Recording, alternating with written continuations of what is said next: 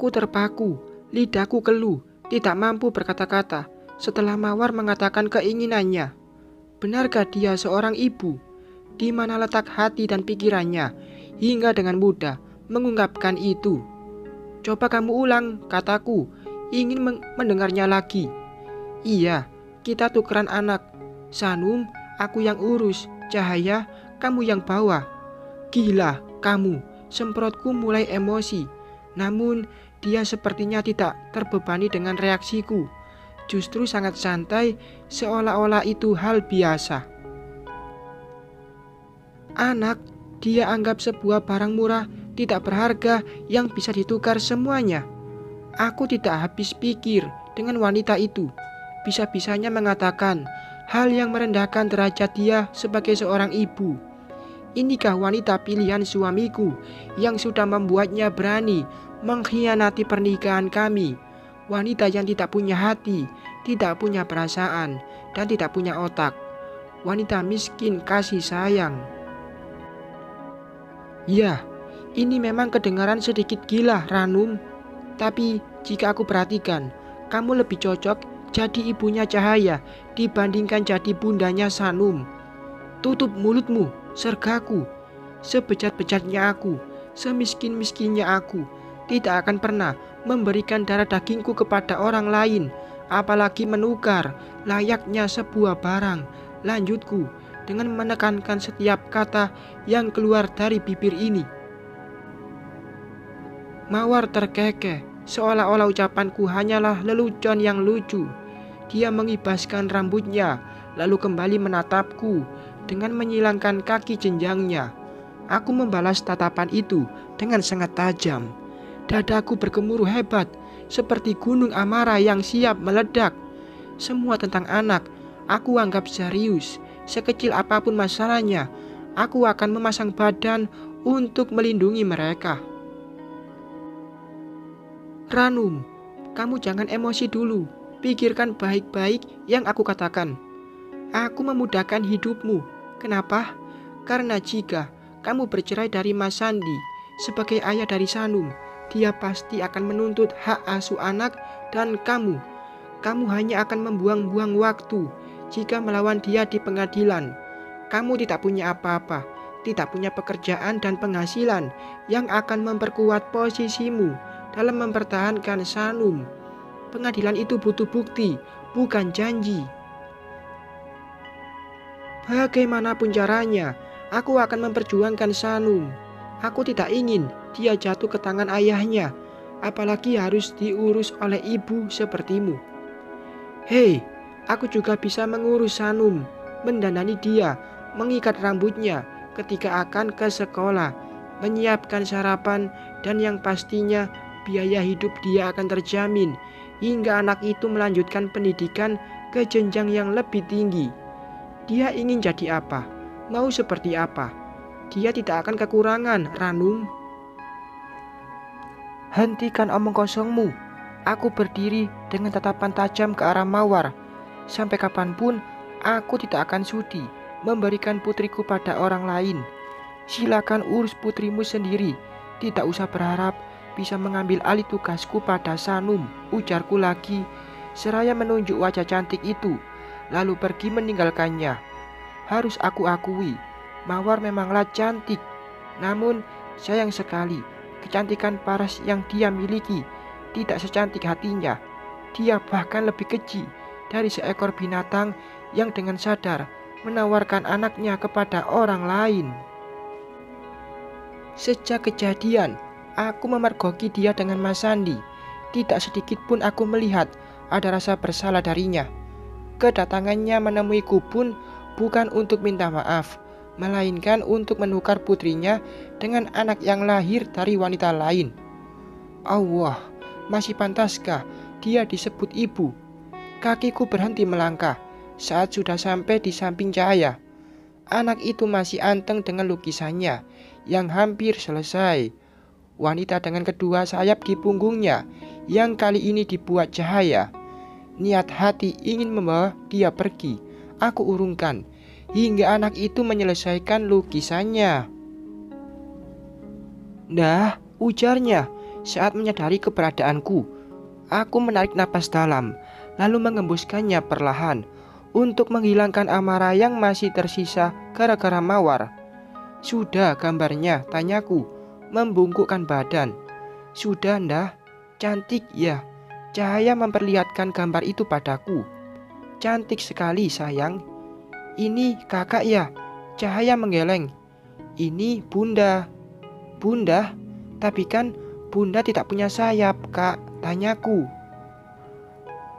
Aku duduk di samping Cahaya, yang matanya bergerak ke sana kemari. Cahaya menyimpan kertas itu di pangkuanku, lalu memelukku dengan sayang. Tapi pelukan bunda hangat, seperti burung yang memeluk anaknya dengan kedua sayap mereka. Hangat, hangat sekali, tutur Cahaya, semakin mengeratkan pelukan. Oh sayang, aku membalas pelukan Cahaya, mencium ubun-ubunnya beberapa kali. Tidak terasa, air mataku berlinang dan jatuh di kepala anak tiriku ini. Ah, bukan. Dia bukan anak tiri. Dia anak dari surga yang Tuhan kirim untukku.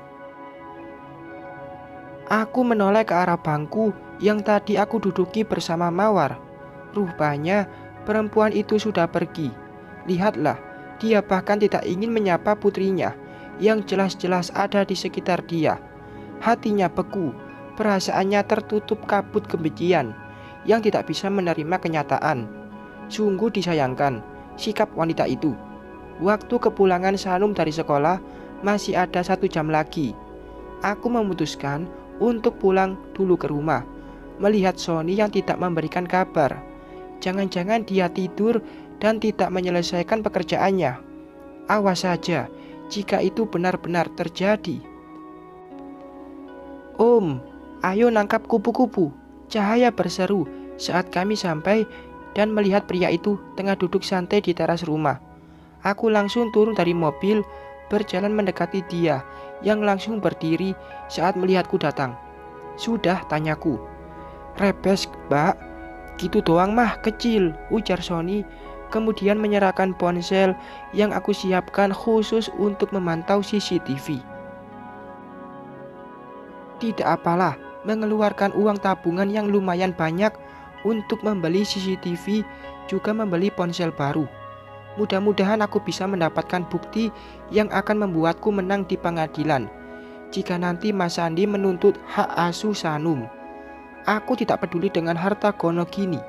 Aku juga tidak peduli dengan nafkah Ida jika nanti aku mengajukan perceraian. Yang aku pedulikan anak. Sanum jauh lebih berharga dari harta dunia. Om Oni, ayo kita nangkap kupu-kupu, ujar Cahaya lagi, menarik-narik kaos yang dipakai pria itu. Aduh, nanti dulu, nangkap kupu-kupunya, ay. Om lapar, belum makan ini. Cahaya merengut, mendengar penolakan dari omnya itu. Kemudian anak itu masuk ke rumah dengan mengentakkan kakinya. Aku menatap Sony dengan mata tajam, membuat laki-laki 25 tahun itu menggaruk tengkuknya. Bujuk, kataku. Aku beneran lapar, Mbak. Di dapur cuma ada roti doang. Gak masak ya? Aku diam, karena tadi pagi memang tidak memasak sama sekali. Suasana hatiku sedang kacau, membuatku malas untuk melayani Mas Sandi meski hanya memberikan dia sarapan pagi. Aku hanya membuat bekal untuk Sanum dan sarapan Cahaya saja. Pantesan suami selingkuh, istrinya males gini. Apa, kataku, saat Sony nyeletuk seraya lari ke dalam rumah. Karena Cahaya merajuk, Sony pun membujuk gadis itu dengan berbagai cara yang dia bisa. Sementara aku memutuskan untuk memasak sambil menunggu kepulangan Sanum dari sekolah.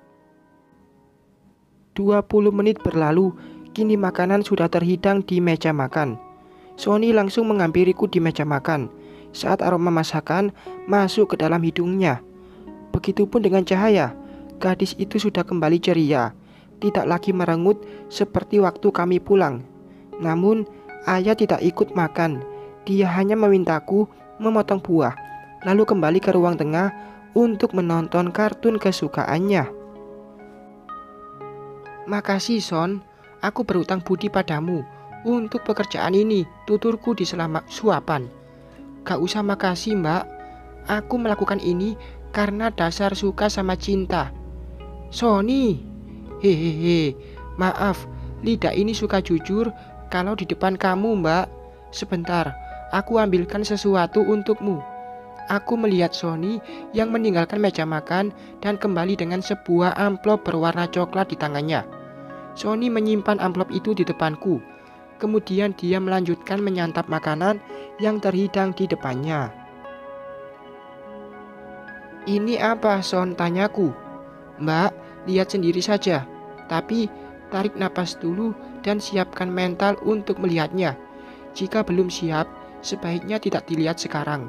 Nanti pingsan lagi. Aku berdecak. Aku tidak akan kaget lagi. Pasti di dalam amplop itu adalah gambar Mas Sandi dan Mawar yang tengah kencan, makan di restoran atau belanja barang mahal, atau foto mereka yang sedang di kamar tidur. Itu tidak akan membuatku kaget, karena aku sudah pernah melihatnya secara langsung. Doa dulu mbak, minimal doa tolak balak gitu, ujar Sony lagi saat aku mulai membuka amplop. Aku tidak mengindahkan ucapan pria itu. Tanganku merogoh isi amplop, menarik kertas di dalamnya hingga keluar. Dan tubuhku tiba-tiba kaku. Mataku terpaku pada gambar yang tidak aku sangkakan sebelumnya. Bukan lagi belati yang menancap hati. Rasanya seperti dibawa terbang tinggi, lalu dihempaskan pada bambu runcing di dasar jurang. Hancur, benar-benar hancur. Allahu Rabbi. Bersambung.